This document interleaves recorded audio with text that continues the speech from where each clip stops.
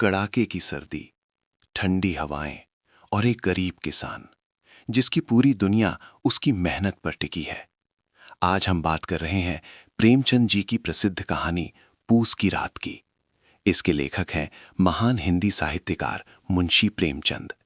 ये कहानी है हल्कू नाम के एक गरीब किसान की, जो पूरे साल मेहनत करता है लेकिन फिर भी उसकी गरीबी खत्म नहीं होती। उस पर कर्ज है, जिम्मेदारियां हैं और जिंदगी का बोझ है।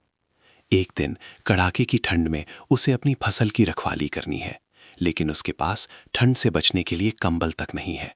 उसकी पत्नी मुनिया उसे समझाती है कि पहले कंबल ले लो, लेकिन कर्ज का डर इतना बड़ा है कि हल्कू अपनी जरूरत छोड़कर कर्ज चुका देता है और बिना कंबल के ठंडी रात में खेत की रखवाली करने जाता है। वो अपने साथ अपने कुत्ते चबरा को ले जाता है। ठंडी हवा उसके शरीर को चीर रही है।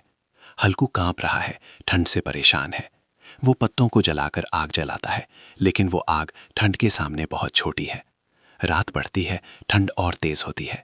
हल्कू ठंड से हार जाता है। वो खेत छोड़कर अपने कुत्ते के साथ एक बाग में जाकर सो जाता है। उसी रात जानवर आकर उसकी पूरी फसल खा जाते हैं। सुबह जब वो जागता है तो उसकी मेहनत, उसकी उम्मीद सब खत्म हो चुकी होती है।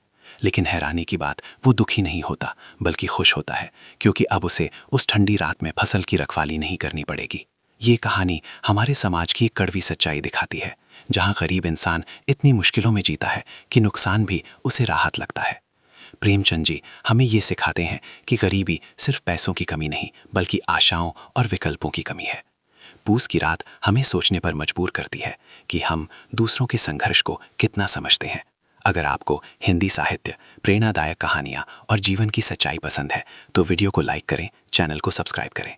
ऐसी ही पावरफुल कहानियों के लिए हमारे YouTube चैनल माई गैलेक्सी 2 से जुड़े रहें।